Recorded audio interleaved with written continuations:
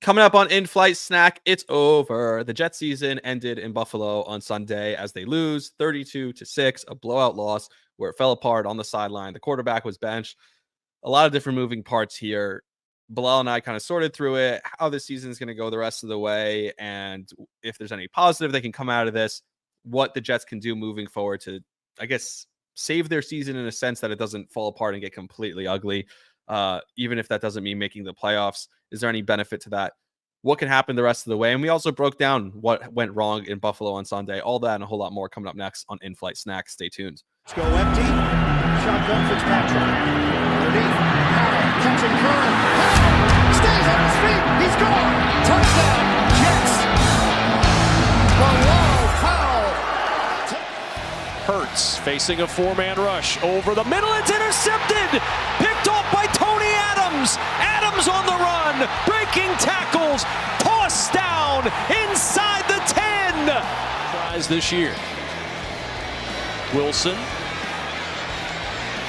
looking to the end zone. The two-point try is good. Takes the snap, drops the throw on 4th and 8. Well protected, looks left, heaves a bomb down the middle of the field. It is broken up by Jordan Whitehead. The Jets are gonna win it. Let's make sure we play like the New York Jets. Let's go to eat a damn snack. Yo, it's Quinn Wins here, and you listen to In-Flight Snack on the Believe Podcast Network.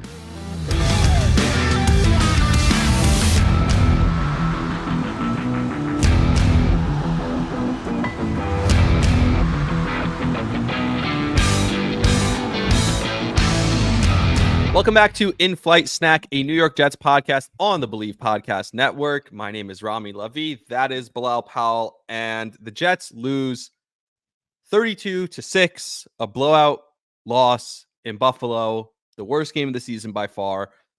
And that's it. The season's over. It's a wrap. And I'm going to bring Bilal on in a second. I'm going to bring you in on this in a second, but I got to start here because there's one very clear reason why the season is over. And I don't blame Zach Wilson. A lot of people probably today are angry at Zach Wilson. No, this isn't on Zach Wilson. I'm sure he's a good kid. I'm sure he's trying hard out there. Yesterday, he looked like at times he didn't even want to be out there, and we'll get into that in a second. It was a tough day, and I feel bad for him more than anything else. There are times in life when you make a decision, and it's a mistake, and it's okay, because all of us make mistakes. We have it in our personal lives. We have it everywhere. And one of the things I talk about, and I've tried to be very conscious of in my career when I talk about this on my podcast or on this show, and this might be the first time I'm talking about it on this show with you, Bilal, is when you make a mistake, how you recover from that, how you turn around from that. The worst thing you can possibly do is to compound the mistake by doubling down on it. If you come back from a mistake, you're great. You're golden. You correct it. That's the best place you can be because we all fall and sometimes you just got to get back up. The Jets as an organization made a colossal mistake. They took a kid who was not an NFL quarterback with a number 2 overall pick in the draft. And this happens every year in the NFL, that a bunch of kids were betting on these kids with incredible talent, which Zach Wilson has. No one's taking that away from him. He has incredible arm talent. What he can do with a football, very few people on earth can do. His athleticism, his running with the ball, all that stuff. He has all of it. And then you put them in an environment where they become millionaires overnight, where they become celebrities overnight. There's a ton of pressure on them, and you can speak to this. I can't. And it's a tough environment to grow in. It's a tough environment to become a superstar athlete in. And you're in the toughest city, the toughest media market in the world. And it's a very difficult job. And he failed at it. And that's okay because it's a tough thing to do. And he can go right off into the sunset with his millions of dollars and then maybe write a book later on about his time in New York and why the organization failed him. It doesn't matter whose fault it is. Maybe it's the organization's fault. Maybe it's his fault. I personally, watching this kid now for 3 years, don't think he ever had a chance at being good because I just don't think it's between his ears to be an NFL quarterback. I think that's the toughest part of it. But the Jets organization, where they failed, and they failed Zach, and they failed their fans, and they failed all of us, and they failed the coaches and the general manager and the other players on this team too, is by, instead of moving off of their mistake, instead of saying, okay, we made a mistake, let's move on, it's time to move on, like so many teams have done, whether it was Josh Rosen in Arizona, whether it was Trey Lance, they traded up to get him in San Francisco, Mac Jones multiple times, like you brought up in New England. The Jets couldn't just admit we made a mistake. We got it wrong. They said, no, everyone else in the world is wrong. We're right. And they doubled and tripled down on their mistake. And they waited until the season was over, till they were down 29-6 with 3 minutes to go in the third quarter of a game where they were going to become 4-6 on the road in Buffalo against their division rival. They waited until that point to make a change. And because they waited so long, because they weren't willing to admit they were wrong earlier, it cost them their season. And the Jets threw another season out the window. And it's wrong because they owe the players, Quinnen Williams, who's fighting on that sideline, and we'll get into that a little bit later. They owe the wide receivers, Garrett Wilson. They owe the fans. I just renewed my season tickets. I put down the deposit. I know this is a long rant at the beginning, and I promise you, Bilal, you're going to get a chance to speak. But I put down my season ticket deposit last week for next year on the hope. This is what they sell us on the hope that something will turn around in this organization. Whether it's Rodgers, whether it's whoever else they bring in, the Devontae Adams trade that we're talking about now that came out, the report came out the morning of the game that they're still very interested in trading for Devontae Adams this offseason. All these things that you're selling us on, you're lying to your fan base because you weren't willing to do something that's so basic as an organization and make a simple change, a simple admission of guilt of saying, we got it wrong. It happens a lot. It happens to every team in sports. You get the pick wrong sometimes, and it's okay to admit you're wrong, but you weren't willing to do it for 3 years, and now you punted on another season. You stole a season from your fans, from your players, and quite frankly, you put Zach Wilson in a terrible position where he's a meme now on social media, people laughing at him, and it's not fair to that kid either. It's not fair to him either because you put him in a position that he's ill-equipped and not capable to handle. And I blame the organization, and it's from the top down. It starts with the owner, and it goes all the way down the list. And that's how we got here. And that's why the season's over before Thanksgiving. Thanksgiving is later this week, and the season ended on the Monday or the Sunday before Thanksgiving. And that's sad. That's pathetic. And they're going to hype up this Black Friday game. Nobody wants to go watch your football team play. Watch the season, ticket prices on the secondary market. You couldn't get in for under $240 before yesterday's Bills game started. Now the cheapest ticket is about $100 you could get in. It dropped $140 because of the loss yesterday. That means that before the game, fans had hope. Fans actually still believed in this team and believed this team could overcome. And you ruined it. You blew it again. And it's not Zach Wilson's fault. It's not the offensive coordinator's fault. It's the organization as a whole's fault. You messed up again. And it is the type of mistake that makes you think that there's no hope for the future, because we build as fans, we build everything we have. We build it all on hope. We build it all on the hope that the future will be better, that something good can happen in the future. But if it's the organization making terrible organizational mistakes and doubling and tripling down on it and not being willing, being stubborn and not being willing to admit you were wrong, then how is there hope? How can the fans look at this organization and say, we have hope that this is going to get better? Sorry for the rant, but that's how I'm feeling this morning. Bilal, good morning. How are you feeling after yesterday's game? Oh, not good at all. Not good. Honestly, I'll be honest with you. I didn't even get past the first half. I actually was down coaching in Bowling Green, Kentucky, and I didn't see the game live. I had to get it recorded. And my son had a basketball game, so when I came home, I watched the first half. And then when I get to the basketball game, I hear people talking about the game. So I'm always like, all right, I don't. Then they say the score, people putting money. Hey, I'm betting against the Jets, man. They're not felling me. I'm up like a few thousand betting against the Jets. I say, hey, it's not hard to do right now, honestly. And I'm an idiot. It kind of ruined the fact that I wanted to go home and see if they were fighting back, because they were still in the game at halftime. And 100%. So I was thinking, like, okay, I'll go back home and I'll finish the game. I'll watch the game. No, it started ugly. It started from I've been talking about this guy, Xavier Gibson. Obviously, you want to applaud a guy that comes in undrafted, comes in, makes a team, works his tail off. But at some point in time, like you said, you have to move on from certain things. There's evaluation periods within your season.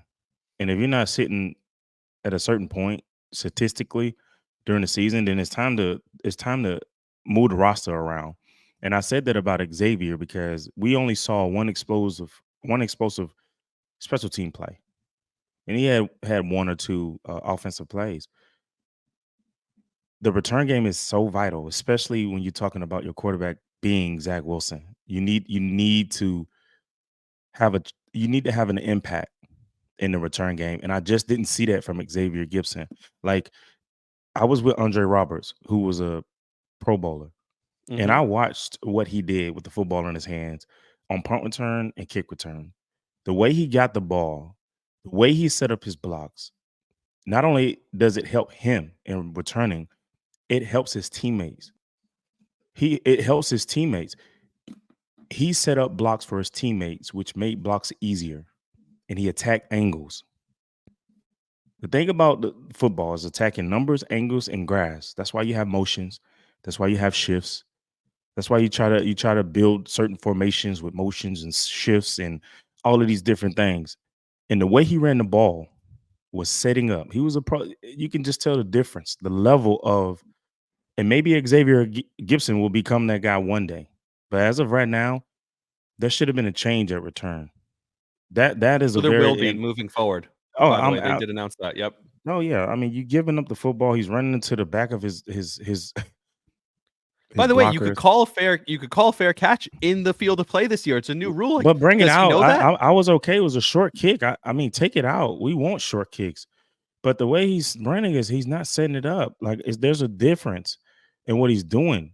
And the fumble on the first kickoff return just sums up the entire season for the New York Jets as a whole. Now, Yeah. And it's like the late Tony Sperano told me. He said, fellas, we have to stop the bleeding. Someone has to stop the bleeding. We can't continue to make this game get uglier and uglier and uglier. And sometimes I feel like the New York Jets, they dig themselves in a hole and they just never could get out of it. It just get uglier and it gets uglier and it gets uglier. And we talk about now Sauce Gardner getting out of character. It's just like the sum of the fumble. And now Sauce Gardner, the suplex on Diggs, the frustration. Now you're starting to see it. Now you talked about the tweet. Now you're starting to see it, man. And that's something that I was afraid of. Yeah, let me and pull now up that this- he's responding to fans, all right, and he's responding to fans in a sub tweet, it's already too late. It's already too late. So you look at how this game went from the jump. It was a disaster, and I hate to see it. I won't even talk about Zach because they did exactly what I've been telling them, what you've been telling them to do all year, is put him on the bench. But they Now did it it's 3 games too late. It's too late. Yeah. So you hate to see that for a defense who worked their tails off all year and arguably probably one of the best defenses in a franchise history. You hate to see it dwindle away. And then you hang your hat on Aaron Rodgers going down and moving to a guy you look to replace in the first place instead of going to get help. So now you're sitting here with a backup that you don't trust, with his backup, a third string sitting there. Like, there was never a good quarterback that could help the New York Jets win once Aaron Rodgers went down. And I was confused about that. And I was trying to stay on the Zach Wilson train to hope that one day he would just turn that corner. He never did. And I had to speak my truth. And now the truth comes to it's to the light now. And unfortunately, the season, I think, is over. I don't think they bounce back from that. You benched your starter. You don't have. I mean, who are you going to get now? Now is, to me, the best one on the team right now is Trevor Siemian. I agree. Should get a shot. Yeah, we'll talk about that. It's unfortunate, man, that the season's already over. I mean, to me, it's over. And I didn't want to get to this point, Rami. I told you we had everything to where we were controlling the situation, where now no matter how you play it out, you still have to worry about so many different scenarios, and you have to worry about this team beating that team and this team getting knocked out, where you had it right in the palm of your hands just last week, a week or two ago, 2 weeks ago. You had it in the palm of your hands.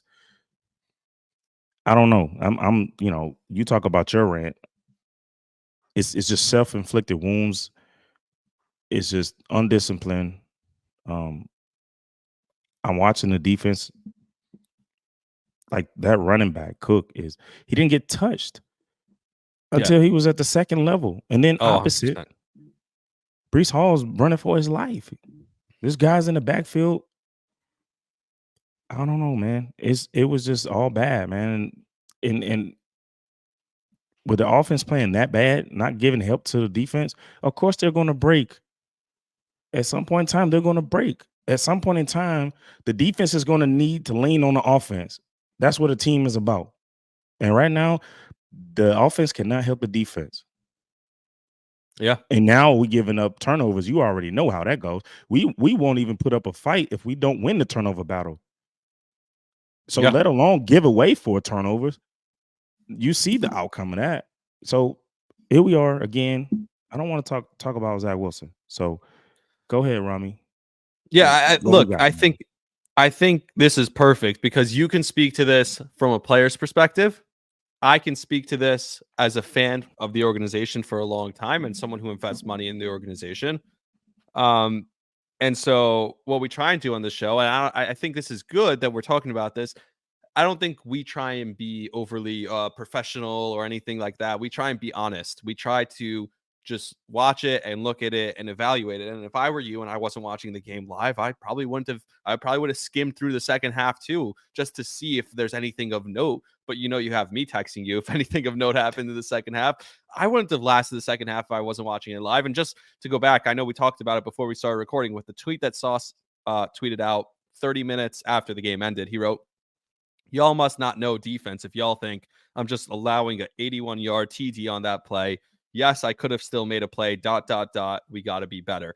So he adds that we got to be better at the end, as if that helps. Like, stay offline, like, after a game like that. But to me, when I hear that as a player, you guys don't understand football. Yeah, I could have made a play. That to me is saying, well, the defensive coordinator didn't put us in the best position to be successful.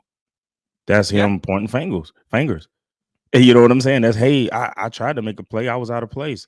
So to me, that's saying, hey, I was out of place. Yeah, I could have made the play, but if you understood defense, that wasn't my responsibility. So that's blaming somebody, whether it's a teammate or the play call. Yeah, there's a lack of accountability all around the room, and I think we've talked about this. Is it starts from the first play of the game. There are Jets teams. If you're a Jet fan or you've played in it, we've seen this 1,000 times where you could tell what kind of day it's going to be from jump. You could tell from kind of your guys' game in Buffalo all those years ago in 2015 felt like that, where from jump it was like, this game is not going to go good for us. And that's what yesterday felt like. And I didn't want to be right. I predicted that the Jets would lose 34-3. It was 32-6. Like, it was, and you talk about betting on the Jets. I'm an idiot. I'm a real idiot because I bet an alternate spread for the Bills to win by at least 2 touchdowns, minus 13.5. The line was 7. It moved to 8.5. I bet the minus 13.5, but I parlayed it with a Josh Allen over 25 yards rushing because I thought he was going to run all over them. And then he ran for 15 yards and the second half, the game was over. So he stopped running.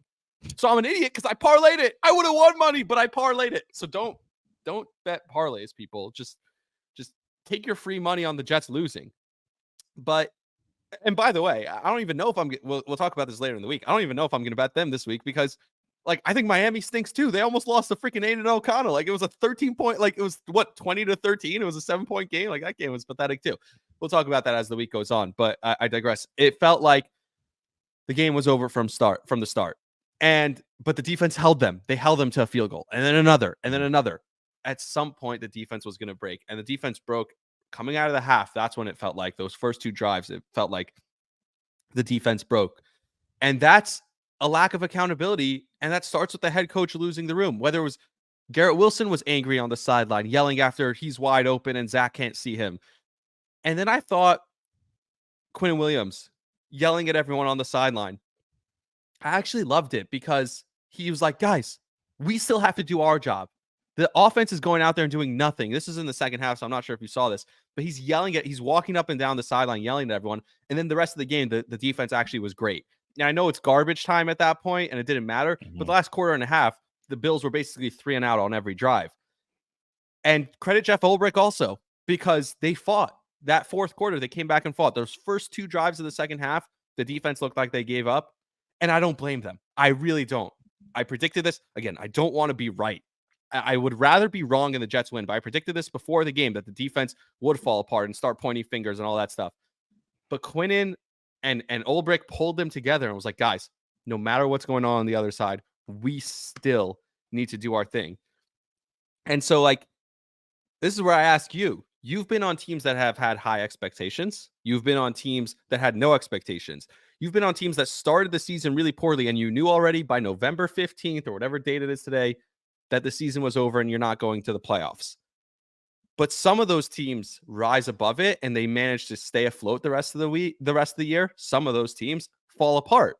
Your rookie year, you were a team that had high expectations and you've plummeted down the stretch. Whereas your last year, it kind of bookends your career, you guys start off so poorly and then you kind of rose above it and ended the season 7-9. So how does this team, this is the next step for this team. We think the season's over as far as playoffs for sure, but how bad does it get? Can these players save their jobs? Can Robert Saleh save his job? Can Joe Douglas save this job by this team banding together and actually playing for each other and playing for their pride the rest of the way? Or is this going to be a team, especially because it's the second year in a row that the exact same thing happened, is this going to be a team that just totally crumbles and falls apart? Last year, they lost 6 in a row to end the year. Is this a team that wins 1 or 2 more games the rest of the way, or is this a team that can pull it together? Well, honestly, when you have Quinnen Williams yelling on the sideline and you're saying, hey, we still have to do our job, I'll tell you this, it creates division in the locker room, offense, defense. Oh, for sure. We're doing our job, but and it makes it uncomfortable. Conversations in the locker room, in the cafeteria, at lunch. Like there's probably no finger pointing, but I'm sure there's side conversations because we're doing our job. They're not. That causes division. You know, it's been uncomfortable for 2 years now, right? Yeah. So I understand the leadership that they that Quinnen is trying to create, but that creates so much division, and you hate to see. Man, it's really hard to talk about, man, because I'm just talking from a player's perspective. That's why Like you're there's so much that goes into it, man. It's one, now it becomes pride. Yeah. Because you're slowly seeing the playoffs slip away every week, and you still have to go and do your job. It's about to get cold. And them saying that, hey, we're doing our job, they're already going in understanding they don't even have a shot. Yep. They don't even have a shot. And, I know you said that everybody else has to pick up their play because of the quarterback situation. But that's pressure. That sometimes it has guys out there doing too much. And then it's just all this chaos, blown coverages, guys out of their responsibility, guys just trying to do too much. Then you have jobs on the line. Well, guys I talked about, now guys are interviewing because someone could possibly be on the hot seat. The OC, the head man, the GM, coordinator. Someone is on the hot seat. Someone's seat. I'll tell you right now. I'll tell you right now. If Saleh's gone next year, Jeff Ulbrich's going to go find a head coaching job somewhere else, or if not head coaching, but a coordinator. What he's done this year in the last 2 years with this team and this defense, and showing Jeff Ulbrich has been. We started the season talking about him and praising him, and now we're praising him to the point where it's like we're going to lose him because he's great and this organization doesn't deserve him. Oh, he's done. Yeah. This is a great interview for him and what he's doing over here with this organization, with the offensive situation. what players have to understand too, man, with players and GMs, coordinators, all that comes packages of players. So, now guys are sitting here looking like, man, I don't even know if I'm gonna be here. I'm gonna be honest, Rami. There's probably guys saying, I don't want to be here. Yeah. I don't want to be here. And that's what goes on in the locker room. I don't want to be here, dude. I'm out. And you see a good defense break up. You see guys who, 2 years in a row, top 5 defense. And you hate to see that broken up without a chance at the playoffs. Not even we're not even talking about the Super Bowl. We're talking about the playoffs. And there's so much turnaround in the National Football League that if the head man, I'm talking about the boss man, the owner, he can come swipe out everybody. Yeah. Personnel, scouting, everybody. I've seen such a turnaround. Well, I'm in the same building, but it seems like there's just so many new faces around you. And then you figure out, how can you keep all these pieces together? Some of these pieces need to go. Let's be honest, man. Like, there's misery going on right now in New York. I've been there.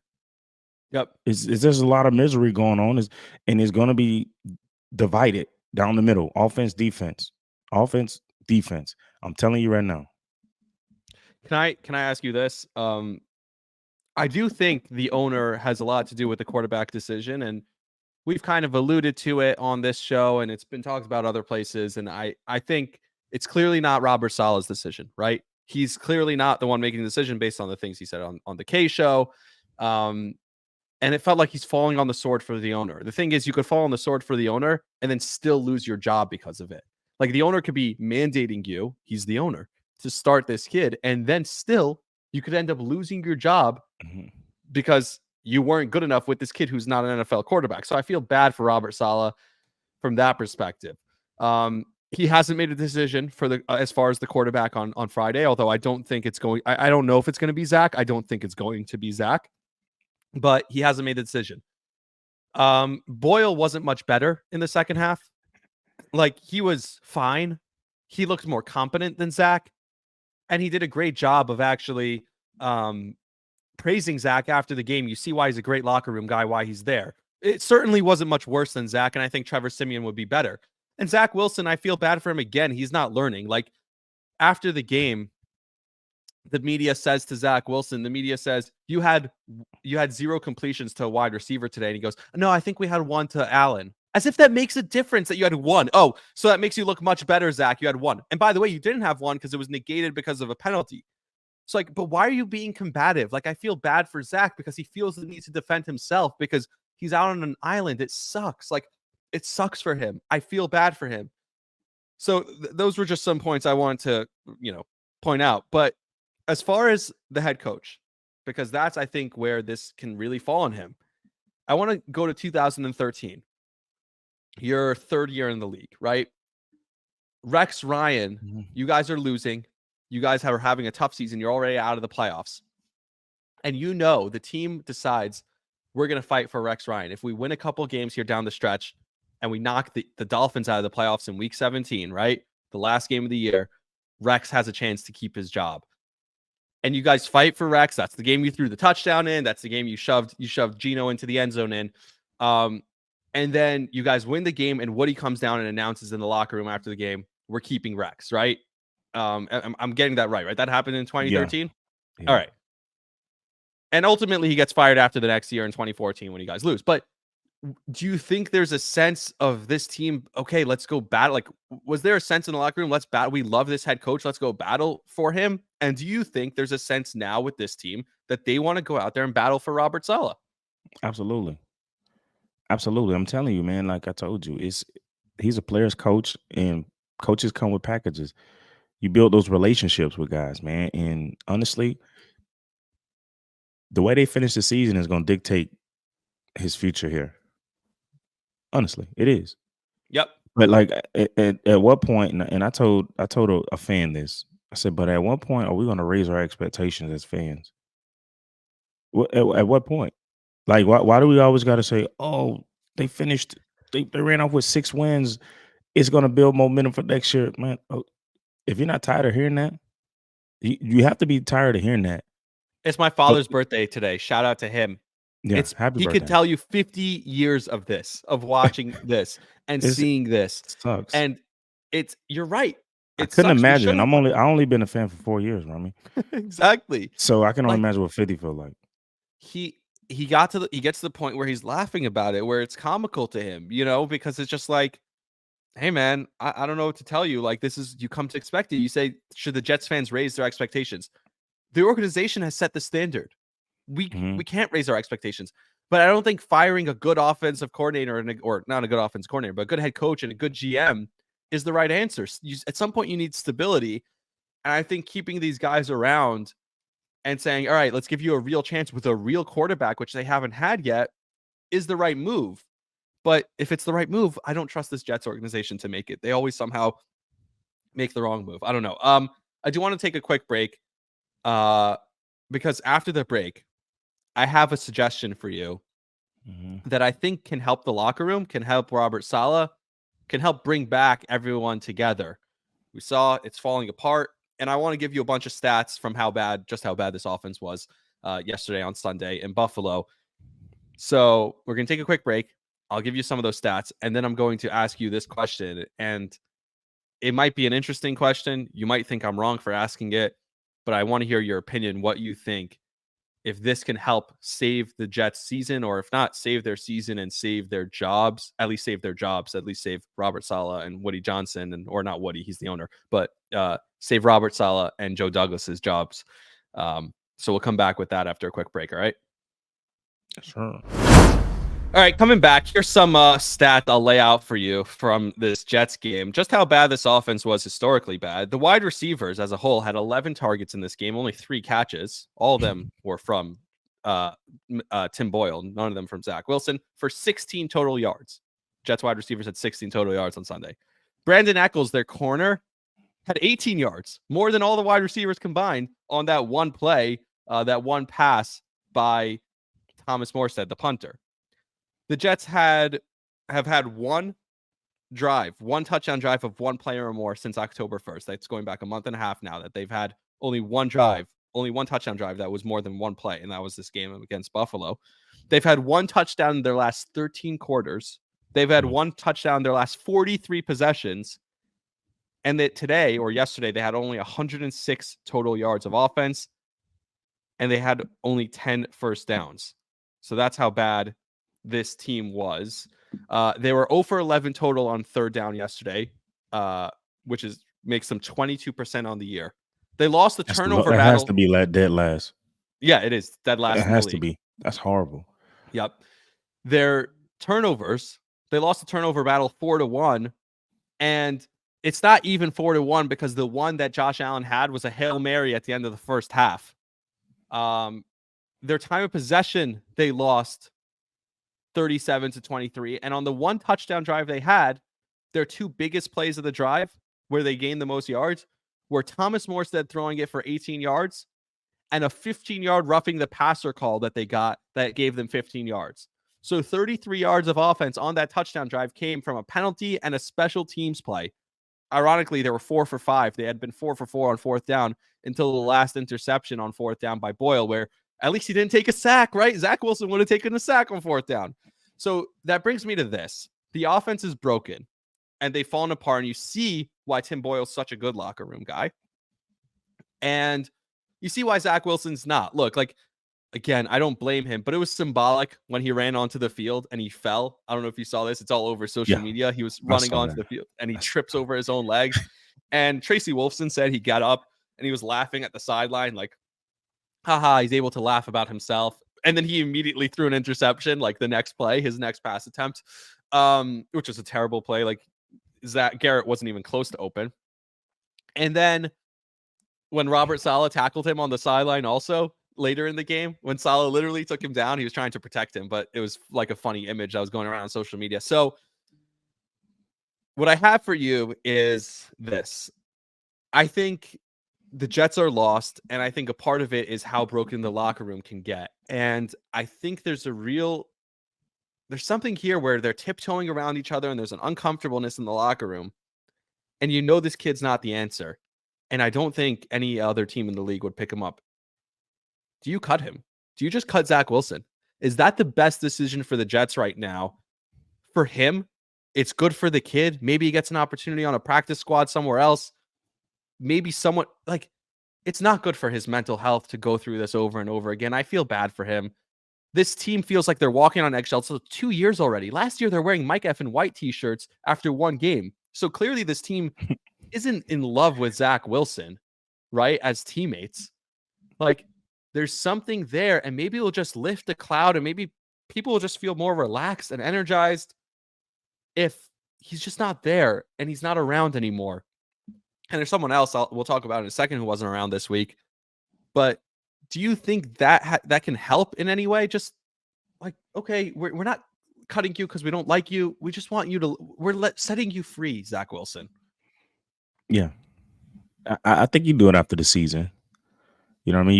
You let him finish the season, Okay. and then I think you just let him be on his way. Hopefully, he get a opportunity. He's going to get an opportunity. Somebody's going to pick him up.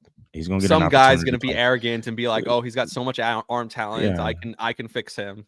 Yeah, absolutely. And he's gonna get another opportunity. But it's gonna be hard to fix Zach Wilson. And here's the reason why, Rami. And this is what I talk about when you mention 1 of 32 quarterbacks.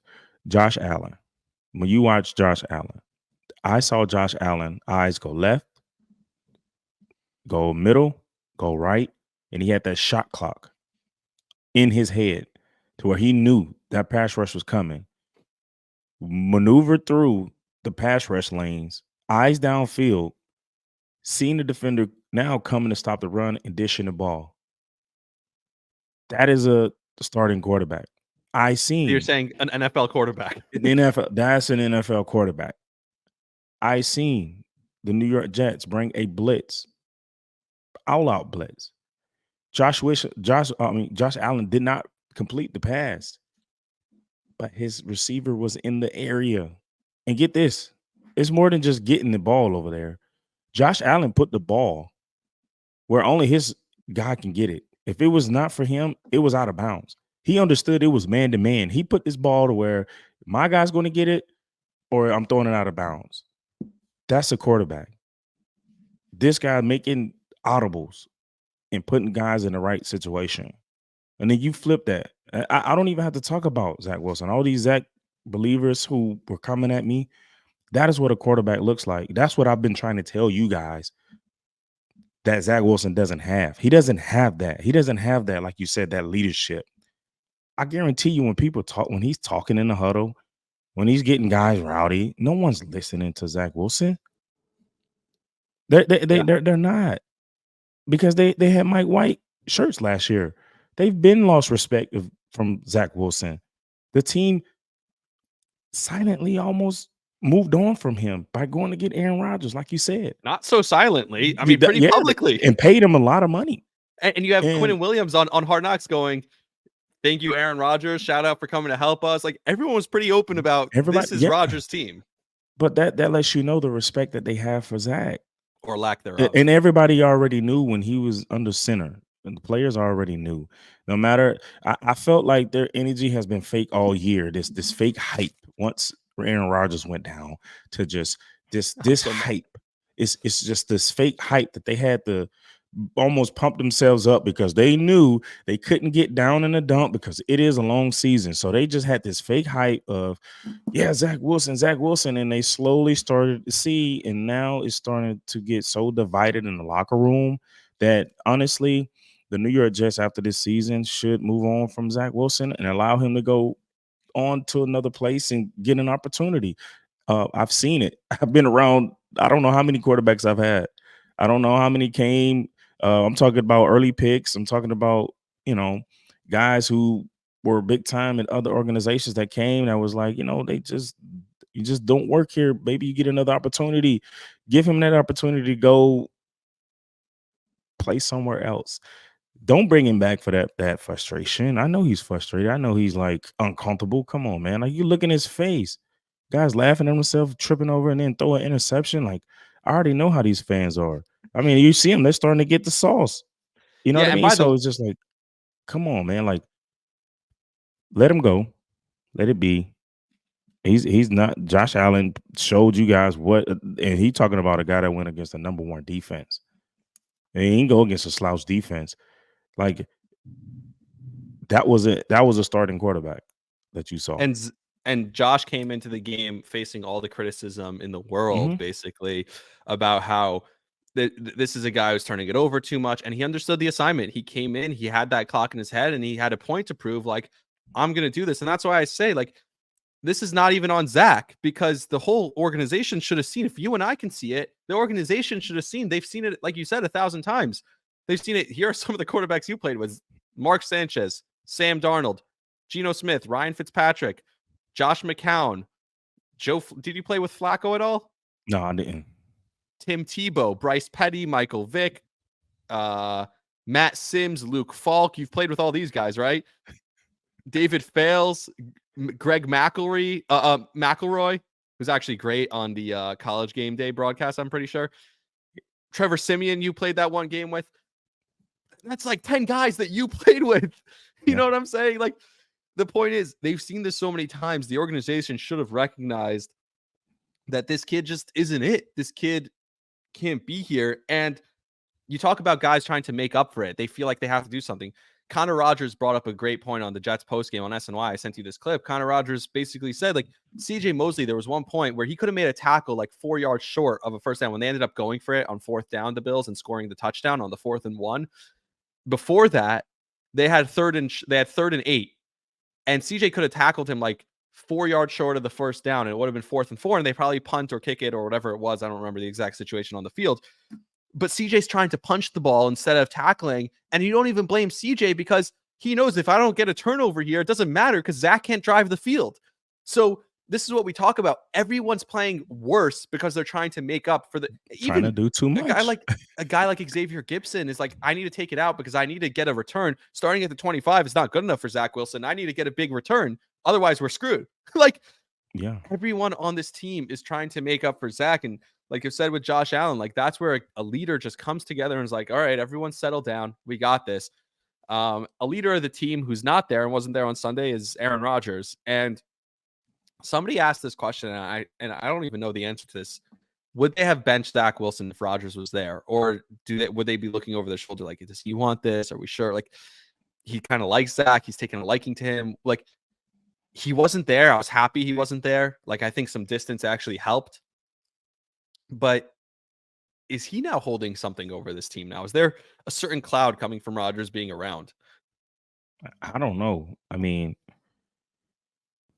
and I hate that I hate him. Like, I mean, listen, I've never been around a quarterback of that caliber to where, like I said, that has that say so, or I don't know what his relationship is like with whoever is in the building. I don't know how they connected. I don't know, the conversations that they had. Obviously, they went out to meet him. He didn't come out here. So that should say enough, right?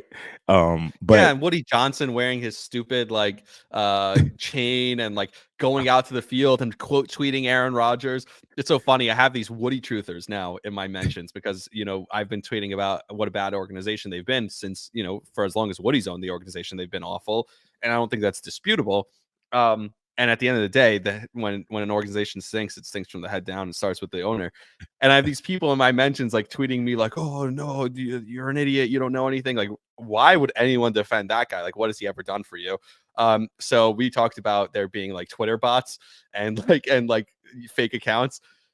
I guess Woody has his own fake accounts, but I wouldn't trust it to be Woody because I've seen him tweet from his regular Woody Johnson account and it's not pretty. So he's not very good at tweeting. So I wouldn't trust him that he'd be able to successfully have a fake account that he's tweeting from. So I don't think it's him, but anyway. It could be your biggest fan. You never know.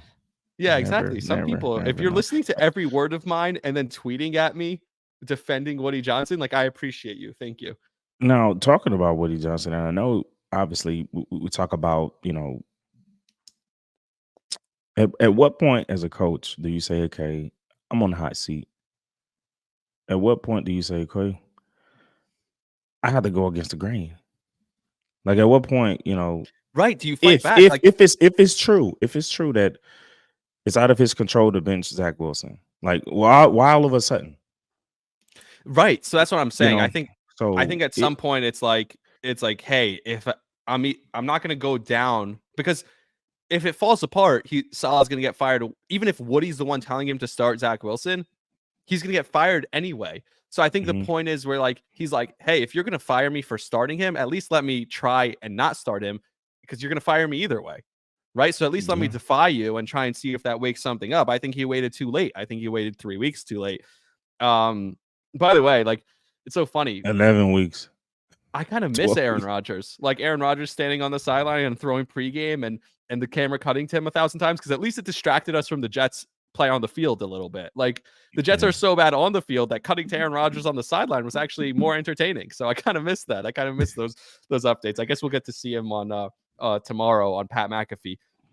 Robert Saleh did not speak to the media yet. I was keeping my eye out for that. So we don't have a decision. Probably by the time I post this episode, we will have a decision. But they play again Friday. We get a short week. Aren't you excited? Oh my goodness! And then, you know, I'll be honest too, man. When coaches, I've been there. When coaches feel like they're in the hot seat, they dumb down the game plan. Oh, for sure. They dumb it just down. don't They like, lose. so what? Just so what? Just don't get embarrassed. Yeah. I mean, some coaches go as far as that. You know what I mean? So That's all. I'll tell you this. I'll tell you one thing, and I won't tell you which coach, and I won't tell you which head coach, and I won't tell you which coordinator. I'll get it out of you. But I remember when the head coach came and said, "Hey man, we need to run the football." While we in the team meeting, we had lost. He was like, "Why are we throwing the ball so much on our game openers? Like you know, as an offense, you game plan." Right, like the first 15 plays are first scripted, 15 plays of like, hey, we're gonna try to surprise them with this, do this, and see how they plan. Kind of fill them out, see how they plan certain formations, and see if we can catch them. And I remember saying, man, we got so many passing plays in our first. We need to run the football, and I kid you not. And this is how I know it's all about chemistry and relationship. I kid you not. This man put 8 run plays in a row. 8 run plays. I'm like, it's not about that, right? It's about the relationship of your offensive coordinator with your head man and all the assistants. If you don't have that relationship, it all goes to shackles, man. Like, and then it goes down to the players where now your coach is venting to you about another coach. I've been a part of a coaching staff where the running back coach, the receiver coach, the tight end coach, they weren't even in the game plan meetings. They didn't even know what was going on. So it's almost like do you want to be a fly on the wall and just see how like the interaction is in the building? Like, so it's just like so many things that like it's just so many factors that can go into where the Jets sit today and with their record, with the best opportunity when you're talking about defense. So they still had a good opportunity when Aaron Rodgers went down. They had every opportunity to go get a good quarterback that could help them win. They didn't. All right. So the season was not over. You know what I mean? Like it might have been over a couple weeks, but you still had time to like, okay, get a guy in here, help us win. They didn't do it. So now it's almost like, what's going on? Like, is the OC just game planning by itself? I'm dead serious. This happens, Rami. I'm being honest with you. You know, it's about to get ugly. You've been in the rooms, I haven't. So that's what we're going to talk about the rest of the season. Like, you're going to kind of from afar, and based on your experience, you're going to kind of help us understand what's going on. And that's what we'll talk about on these episodes. And we'll bring on some guests and we'll still have some fun, because I think ultimately, like, today's a Monday after a loss and it's tough, but we can't do this every week where we're just yelling and screaming and angry. I think we're going to have fun on this podcast, and whether they're winning or losing, it's going to be a fun podcast, and we're going to do a good job of it. I can't wait for Rodgers on Tuesday on McAfee to go RELAX, telling all Jets fans to relax when he's not even there. That's going to be a real fun one. But we'll have guests. We'll talk about your career. We'll talk about different stuff, and we'll try and figure out what's going on in that room and what's going on moving forward for the Jets. And that's kind of how I see this going. Do you have anything else for us today? Oh, yeah. So again, Oof. It's going to be fun. Like we're going to have a good time, whether the Jets are good or bad. And it looks like it's going to be mostly bad, but hopefully it doesn't get out of hand. And that's what we'll be looking out for the rest of the way. So keep And I just listening. wanted to let everybody know, like, I'm all for the Jets, man. I'm a big fan, but it's frustrating. Same here. I love the Jets. I Yeah, love man. the Like, Jets. Like, I'm for it. Like, I'm not wearing my team hoodies around, like, but I mean, I support them, man. Like, still got some old teammates there. Know a lot of people in the building. Like, yep. I support them. I want to see them win, bro. Like, Brant Boyer was their best asset yesterday, right? That special teams, the fake punt. He's a guru, man. So you even with him, like he always has a good return game. So just to see it like not exist this year is like kind of frustrating, though. You know what I mean? So I don't know. We'll see. It's all frustrating. That's the word. But we're gonna still be here. We'll talk to your former teammates and we'll talk to some other media people, and we're gonna have a good time. And there's another game coming up on Friday, so we'll talk about that later this week. So until next time, please everyone subscribe, keep listening, share the podcast. And if you're a big fan of Bilal's, which every single person sees the podcast, like, oh my God, Bilal's the best. And I know you went on another show on Friday, and we'll have them on this show where they're like, oh my God, you're a fan favorite. And so that's still cool. And we'll get to talk about all that stuff and your relationship with the fans. And we'll have a good time still. And maybe we'll go catch a game together and we'll go tailgate with some fans and whatever stuff like that. We'll do a lot of fun stuff. Yeah, for sure. We'll do a lot of fun stuff as the season goes on.